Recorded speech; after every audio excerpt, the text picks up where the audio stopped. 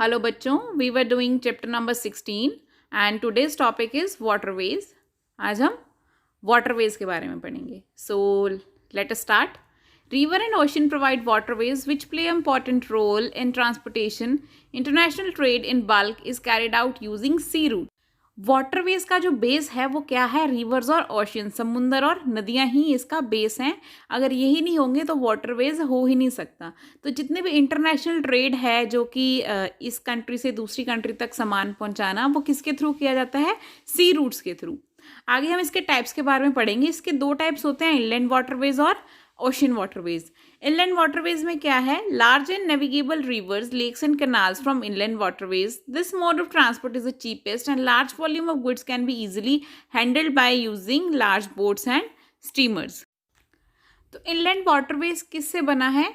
जितनी भी बड़ी बड़ी रिवर्स हैं, नेविगेबल रिवर्स हैं, लेक्स हैं, कैनाल्स हैं, उनके थ्रू क्या बनता है? Inland waterways. और ये जो मोड है ट्रांसपोर्टेशन का, वो काफ़ी सस्ता मोड है, चीपेस्ट मोड है। इसके थ्रू हम अब बहुत सारा सामान काफ़ी कम से कम पैसों में किसी दूसरी जगह पहुंचा सकते हैं। और किसके थ्रू पहुंचाया जाता है? लार्ज बोट और स्टीमर्स के through. Some of the important navigable inland river system are. अब इसके सिस्टम के बारे में बताया गया है। सबसे पहला है the great lake along the Saint Lawrence seaway complex. This is shared by USA and Canada. It is the largest and busiest inland waterway system. This serve the industrial region of both the countries. ये जो complex है ये क्या है? USA और Canada में share किया जाता है, इन दोनों का है, दोनों इसे शेयर करते हैं। और ये सबसे लार्जेस्ट और बिजिएस्ट इनलैंड वाटरवे सिस्टम है। इसमें मेनली इंडस्ट्रियल ग्रोथ के जितने भी प्रोडक्ट्स हैं वो इंपोर्ट और एक्सपोर्ट किए जाते हैं। सेकेंड है Mississippi and Missouri in the southern part of USA. The Mississippi serves the purpose of carrying goods from mouth of the river to the central part of America. तो ये जो Mississippi and Mussoorie southern port है, ये किसके लिए use किया जाता है? ये जो हमारा सामान है, गुड्स को कहाँ से कैरी करता है? रिवर से लेके central part of America, America के बीचों बीच पहुँचाता है। Third one is the Ganga Brahmaputra river system in the lower delta region of the Ganga Brahmaputra. People use this large river to transport good. अब गंगा ब्रह्मपुत्र रिवर जो है वो काफ़ी बड़ी है, तो लोग इसको अपने गुड्स को ट्रांसपोर्ट करने के लिए यूज़ करते हैं। Fourth one is river Seine and Loire in France. This network also serve the level plains of that country. ये जो कंट्री के प्लेन्स हैं उस एरिया में यूज़ किया जाता है। Fifth one is Nile waterway in the lowest reach of the Nile. This is a navigable and is use to carry rice and cotton. जो नाइल वाटरवे है वो राइस और कॉटन को कैरी करने के लिए यूज़ करी जाती है। Last one is the Yangtze Kiang in China. China and the Irrawaddy in Myanmar are also navigable. तो ये कुछ इनलैंड के इम्पॉर्टेंट नेविगेबल रिवर्स थी। नेक्स्ट टॉपिक है ocean transport. This is the cheapest mean of transport across ocean. This is also the easiest way to transport people and material. There are no major obstacles except in the region of the beaver, storm and fog. Some of the busiest ocean superhighways are. तो ocean transport क्या है? ये भी सबसे cheapest, मतलब सबसे सस्ता system है ओशियंस के थ्रू अगर सामान को ट्रांसपोर्ट किया जाए, इधर से उधर पहुंचाया जाए। और ये सबसे ईजीएस्ट वे है लोगों को और मटेरियल को एक से दूसरी जगह पहुंचाने का। इसके बीच में काफ़ी ज़्यादातर रुकावटें मेनली ये आती हैं कि आइसबर्ग्स होते हैं, स्टॉर्म्स आ जाते हैं, जैसे ओशियंस में धुंध पड़ जाती है, तो उसकी वजह से थोड़ा सा मुश्किल हो जाता है। और some of the busiest ocean super highways are. Ocean के हाईवेज के बारे में बताया गया है। सबसे पहला है the Cape of Good Hope route. Before the Suez canal this was the only route connecting Australia with Europe via South Africa's Cape of Good Hope. Now it is used for trade with West Africa countries. Cape of Good Hope route क्या है कि ये सब सिर्फ एक ही ऐसा root है जो कि ऑस्ट्रेलिया को यूरोप से कनेक्ट करता है और बीच में साउथ अफ्रीका के केप ऑफ गुड होप से होता हुआ निकलता है। लेकिन अब ये किसके लिए यूज़ होता है? ट्रेडिंग करने के लिए अफ्रीकन कंट्रीज़ में। Second is the Mediterranean and Indian ocean route. This route is connected through the Suez Canal and is a much shorter and cheaper route between Australia, Eastern India and Western Europe countries than the longer route via Cape of Good Hope. अब ये जो root है ये Susan कनाल से connect करता है और ये सबसे छोटा और सबसे सस्ता रूट है जो कि Australia, eastern India, western Europe countries को एक दूसरे से कनेक्ट करता है.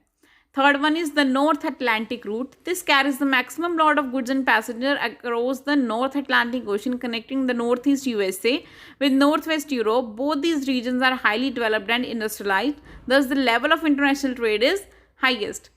अब ये जो रूट है इसमें सबसे ज़्यादा मैक्सिमम मतलब ज़्यादा से ज़्यादा गुड्स को और पैसेंजर को एक साथ नॉर्दर्न अटलांटिक ओशन पे ले जाया जा सकता है. और ये किसको कनेक्ट करती हैं जाके? नॉर्थ ईस्ट यूएसए को और नॉर्थ वेस्ट यूरोप को. ये जो दोनों रीजन है ये काफ़ी ज़्यादा डेवलप हैं और यहाँ पे इंडस्ट्रियलाइजेशन भी काफ़ी ज़्यादा डेवलप्ड है.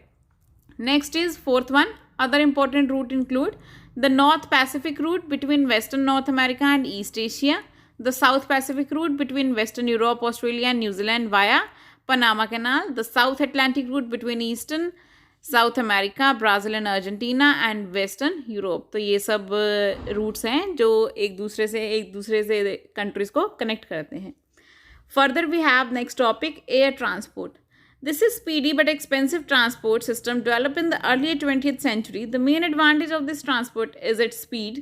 It involved the development of advanced infrastructure such as airport fitted with latest technology and aircraft that can fly at high speeds. For this reason, the developed nation of the world are able to use air transport more intensively than the developed countries in Asia and Africa. There are international airports in New York, London, Paris, Chicago, Delhi, Mumbai, Tokyo, Karachi, Rome, etc. अब air transport जो है ये काफ़ी ज़्यादा expensive है और ये जो डेवलप हुआ था ये 20th सेंचुरी में डेवलप हुआ था. लेकिन इसकी सबसे बड़ी एडवांटेज क्या है कि ये बहुत स्पीड है, ये बहुत कम टाइम लेता है, कम से कम टाइम में हमें दूर से दूर पहुंचाता है. इसका जो डेवलपमेंट हुई थी ये काफ़ी एडवांस इंफ्रास्ट्रक्चर में हुई थी और लेटेस्ट टेक्नोलॉजी के थ्रू ही जो एयरप्लेन्स को हाई स्पीड पे उड़ाया जा सकता है. तो इसलिए जो डेवलप्ड नेशन थे वही इस चीज़ को यूज़ कर पाए ज़्यादा से जल्दी और जो डेवलपिंग कंट्रीज़ हैं उनमें भी ये फैसिलिटीज़ आ चुकी हैं. तो जो इंटरनेशनल एयरपोर्ट्स के नाम बताए गए हैं जैसे कि New York, London, Paris, Chicago, Delhi, Mumbai, Tokyo, Karachi, Rome et cetera, ये सारे इंटरनेशनल एयरपोर्ट्स हैं. USA has one of the most technological advanced airport system among the developed countries and has 7,000 airports across the country. In most countries, there are two types of airports, namely domestic and international. Some countries in Africa and South America still do not have facilities of airport as infrastructure for air transport is not easy to develop. Although the sky is limitless, air transport can only use a permitted corridor across the sky when flying over a country. अब जो USA है वो सबसे ज़्यादा technology wise सबसे advance system ले रहा है और इसमें जो है 7,000 एयरपोर्ट्स हैं इस कंट्रीज़ में. लेकिन काफ़ी कंट्रीज़ में अभी भी दो टाइप के एयरपोर्ट्स होते हैं, एक डोमेस्टिक और एक इंटरनेशनल. डोमेस्टिक होता है जो कि उसी कंट्री के स्टेट्स में जाने के लिए यूज़ होता है और इंटरनेशनल जो कि इंटरनेशनली किसी भी कंट्री में हम वो एयरपोर्ट यूज़ करके जा सकते हैं. लेकिन कुछ कंट्रीज़ अभी भी ऐसे हैं जैसे अफ्रीका और साउथ अफ्रीका जहाँ पर एयर ट्रांसपोर्ट की फैसिलिटी इतनी ज़्यादा अच्छी नहीं है और अभी डेवलप होने में वहाँ टाइम लगेगा. स्काई जो है वो लिमिटलेस है, उसकी कोई लिमिट नहीं है, लेकिन फिर भी एयर ट्रांसपोर्ट के लिए एक परमिटेड लाइसेंस होता है कि आप यहाँ तक ही अपने प्लेन को लेके जा सकते हो, इससे आगे नहीं. नेक्स्ट टॉपिक है हमारा communication. India today uses the same means of communication which are used all over the world. This include personal communication और mass communication.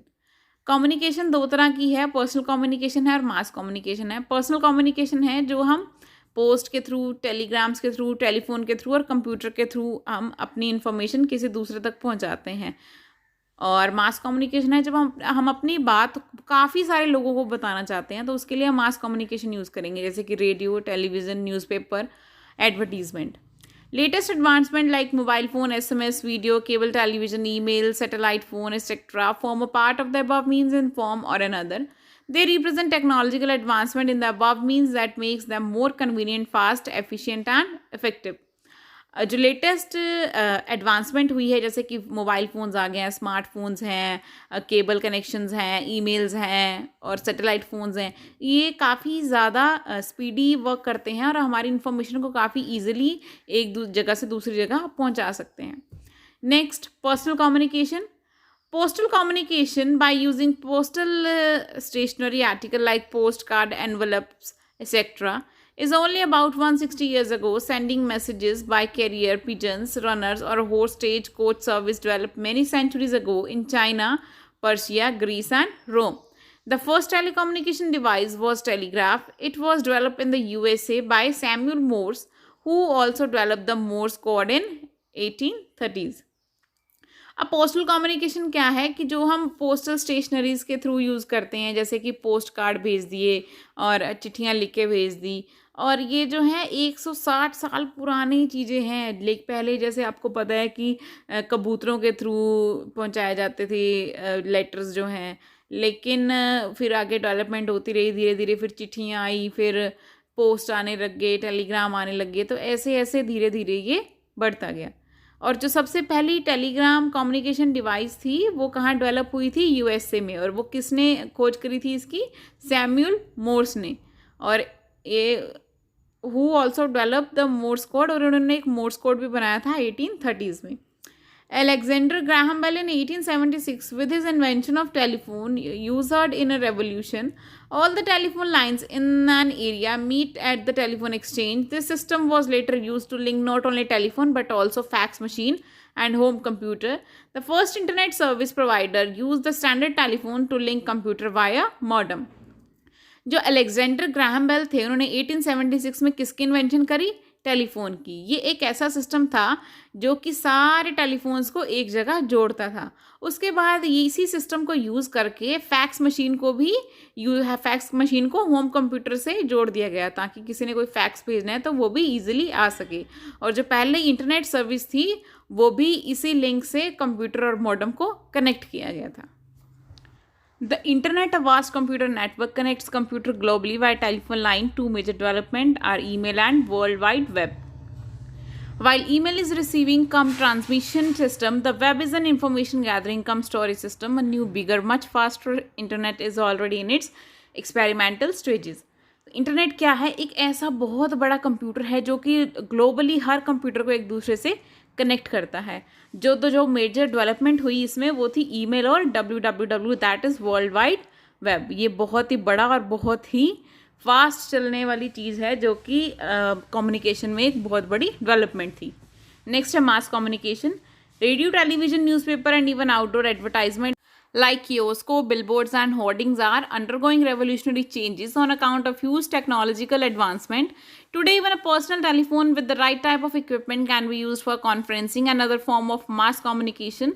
Now, even electronic newspaper can be accessed on computer or on television at the push of a button of the remote control. Three-dimensional graphics and animation are finding wild application in mass communication.